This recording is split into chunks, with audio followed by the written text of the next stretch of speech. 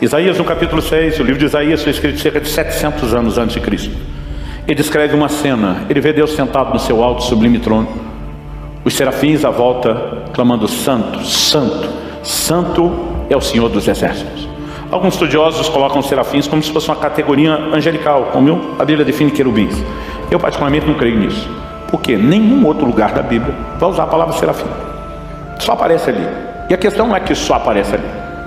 A questão é que o que Isaías descreve ter visto ali, no livro de Ezequiel ele tem uma visão parecida, e ele chama esses seres de querubins, que é uma outra categoria, essa sim justificada como categoria angelical. A palavra serafim significa aquele que arde, aquele que queima, que alguns acreditam ser só um indicativo, um adjetivo do zelo. Só que o que Isaías vê 700 anos antes de Cristo, João no livro do Apocalipse, ele afirma que isso ainda se repete ante Deus. E não apenas se repetiu, João escreve o Apocalipse perto do ano 100 depois de Cristo. Ou seja, nós estamos falando de quase 800 anos de diferença entre a visão de um e de outro. Apocalipse capítulo 4 nos descreve o seguinte, se você quiser acompanhe ou só preste atenção. O verso 8 diz: e os 4 seres viventes, aqui eles não são chamados de querubins, João não consegue explicar, chama de um ser vivente. E diz: os 4 seres viventes, tendo cada um deles respectivamente 6 asas, do jeito que Isaías descreveu ter visto. Agora ele diz assim: estão cheios de olhos ao redor e por dentro. Outra tradução diz: por detrás e por diante. Outras diz: por dentro e por fora. Ele diz: eles estão cheios de olhos ao redor e por dentro, não tem descanso nem de dia nem de noite, proclamando: Santo, Santo, Santo é o Senhor Deus, o Todo-Poderoso, aquele que era, que é e que há de vir. Agora, João não só diz que os seres à volta do trono estão repetindo o que Isaías viu 800 anos antes: Santo, Santo, Santo. Mas ele nos mostra que isso, além de ter continuado os 800 anos, diz que eles não têm descanso nem de noite nem de dia. Então de Isaías, nós não sabemos quando começou, de Isaías até aqui 800 anos. Isso não tem descanso, não tem plano de parar. Noite e dia. Você consegue imaginar o que é repetir essa tarefa? Não vou nem falar pelos 800 anos, só das duas visões. Não é o limite de tempo das declarações diante de Deus. Mas tenta imaginar se Deus falasse: vou distribuir isso em turnos. Você 50 anos, você 50, você 50, você... Só que tinha chegado 200 ainda. Você consegue imaginar você passar 50 anos, noite e dia, sem descanso, diante do trono, chamando Deus de santo?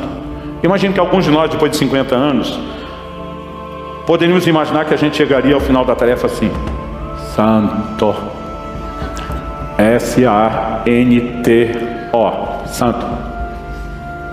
E de repente você fica perguntando, ficar repetindo a mesma coisa noite e dia, sem parar. Eu iria ser o pior tédio, o pior castigo do mundo, se estivéssemos falando de mera repetição. Mas a Bíblia diz que esses seres são cheios de olhos, porque eu creio que apenas 2 olhos não seriam suficientes para admirar tanta beleza.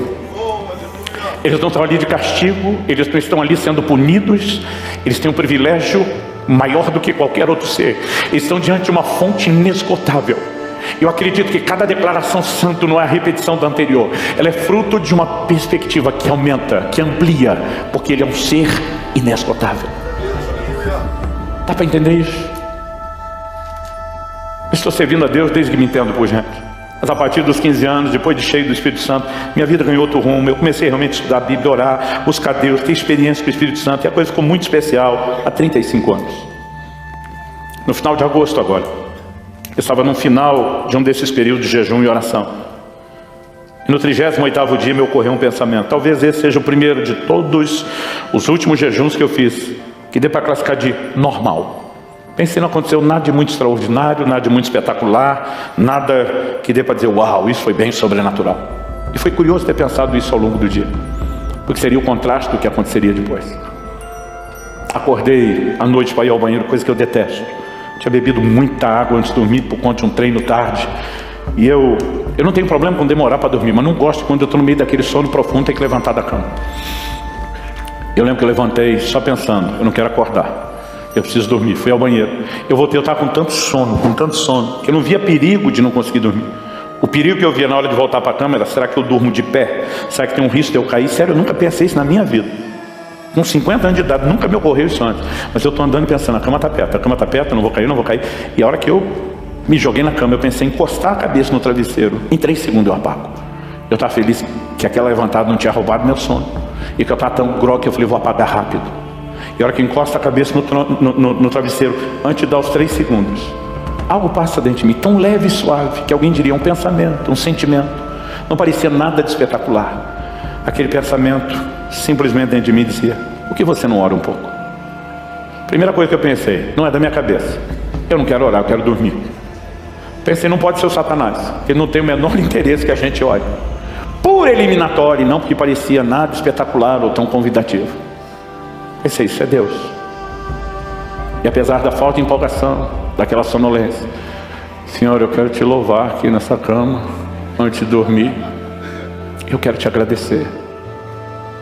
E de repente eu comecei a dizer, o Senhor tem sido tão bom, tanta coisa tem acontecido.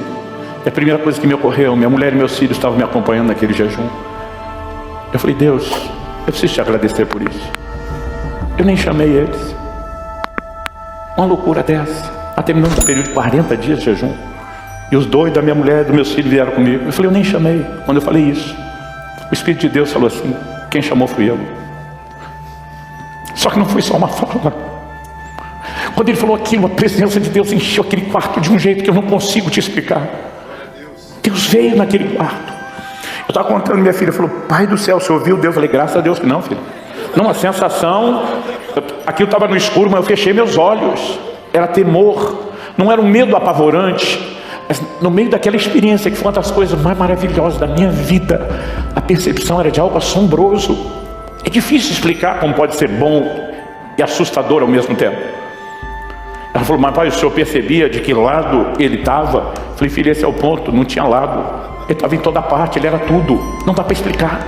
Eu não consigo descrever. Falei, filho, ele está em cima, ele está embaixo, ele está dos lados. Ele enche tudo, ele parece que ele enche a matéria, ele enche a parede, ele me enchia, parece que ele entrava em mim, eu entrava nele. Não dá para explicar. Um dos maiores momentos de gozo era simplesmente aquilo, dizer, eu não tenho o que dizer. Eu chorava, eu ria, eu orava em outras línguas. Eu voltava a agradecer a Deus. E a única coisa que eu conseguia pensar, isso tudo sempre teve à minha disposição. E eu é que não sabia. Existe mais de Deus esperando por mim e por você. Que nenhum de nós se contente com uma medida medíocre de religiosidade. Existe algo mais. E eu quero encorajar você. Nós temos que crescer na revelação de quem Deus é. Isso não vai afetar apenas nosso relacionamento com Ele, a vida pessoal, vai transbordar na vida de muita gente. Uma vez perguntaram a John Wesley qual era o segredo do seu ministério e como ele impactou tantos milhares de pessoas. A resposta foi a mais simples possível. Ele dizia, eu me coloquei em chamas e o povo veio me assistir queimar. Sabe, tudo aquilo que eu e você passamos a experimentar nunca vai parar na gente. Deus vai transbordar isso. E sabe, eu creio que nós podemos entrar num lugar onde as pessoas vão entrar nas nossas reuniões e coisas tão fortes, impactantes, sobrenaturais vão acontecer, que a gente não vai precisar ficar implorando, entrega a sua vida a Jesus. Mas nós precisamos mudar o nível das nossas experiências a partir de um nível de conhecimento de quem Ele é. Eu não vim aqui te apontar o dedo, eu não vim aqui jogar pedra em você, eu não vim te julgar pelo seu passado ou presente, se você o conheceu o suficiente ou não. Eu só vim te apresentar uma nova proposta de futuro. Nós podemos conhecer melhor o Deus invisível, porque apesar de nunca ter mostrado uma forma, isso não significa que Ele quis se esconder. Em Atos 17, Paulo diz que de um só homem Deus fez todas as raças e tribos dos homens. A Bíblia diz, para que o buscassem. E diz, o qual não está longe de cada um de nós. A Bíblia diz que nós o buscassem ainda que tateando. Quem busca tateando? Quem está desprovido de visão. Ele não veio com uma forma visível, mas Ele diz, eu quero que você me procure, eu não estou longe. É por isso que através de Jeremias Ele diz, buscar-me-eis e me achareis, quando me buscardes de todo o vosso coração. No verso 14 ele diz, serei achado de vós. Feche seus olhos por um instante.